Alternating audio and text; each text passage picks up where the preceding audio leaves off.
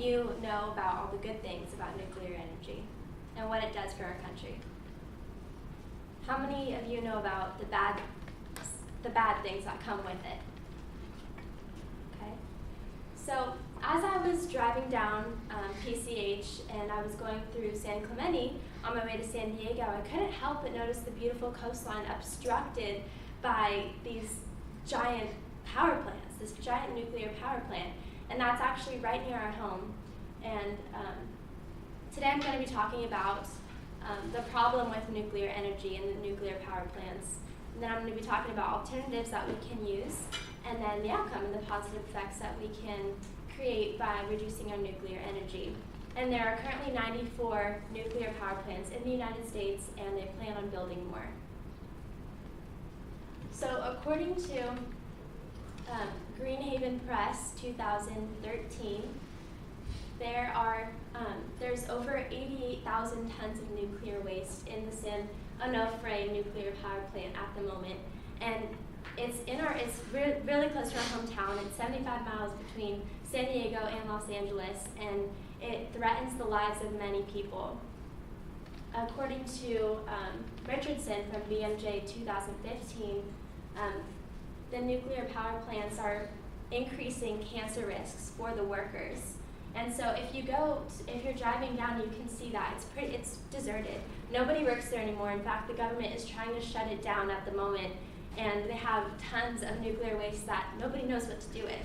And they require ocean water to cool the receptors down, but then that ocean water becomes toxic, and they're stored in thousands of barrels, and they're just literally sitting there. And if there was an earthquake, it's only built to withstand a 7.0 earthquake. So if we had anything larger than that, boom, we're likely to be dead. So it's very threatening to our lives personally here in California. And then there was a big earthquake in, I don't know if you guys have heard about the Fukushima disaster, but there was a big earthquake, and the nuclear power plant was not built to withstand that. So that's the risk that we're at today.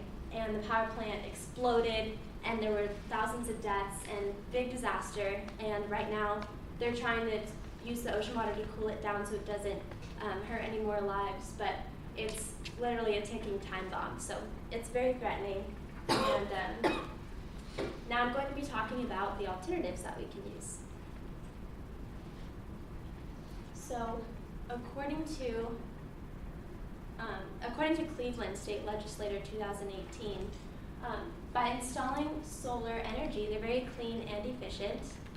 And then according to Smith from Alter Energy 2018, you can get a 30% tax reduction in your taxes if you install solar energy. So it's a very clean and efficient, effective way to power our houses, and a lot of people have been implementing it.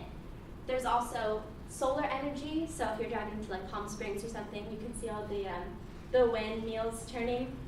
And then we also have tidal energy. So there's so many clean and efficient alternatives that we can use that will actually make a difference so that we can reduce our nuclear power. I'm not saying that we should completely ban it because our country does need it, because it is very effective, but we don't need to use as much as we are at the moment.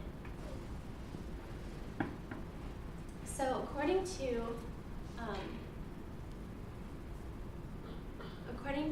MID from Energy and Environment in 2017, we can reduce nuclear energy extremely through implementing the solar energy alternatives, and our country has started to do that. And then according to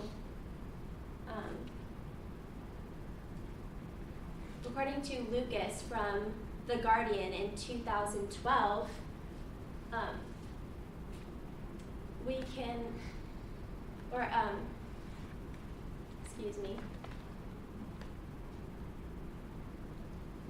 our environment and our country is not built to withstand the costs that we are putting it through.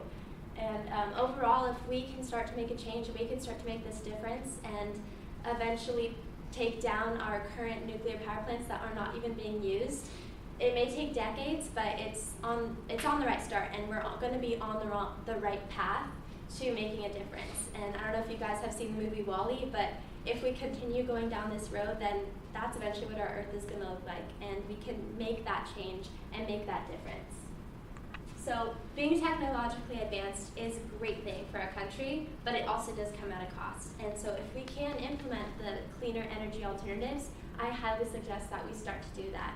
And if you guys want to learn more about it, there's a really great informative video on YouTube, and it's called 88,000 Tons of Nuclear Waste and Nowhere to Put It.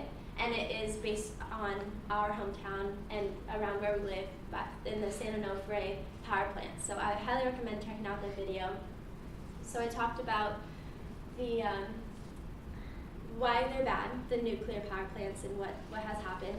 I talked about the alternatives and the solution and outcome, and you guys should know that because it affects our lives, our country's lives, and our children's lives. Thank you.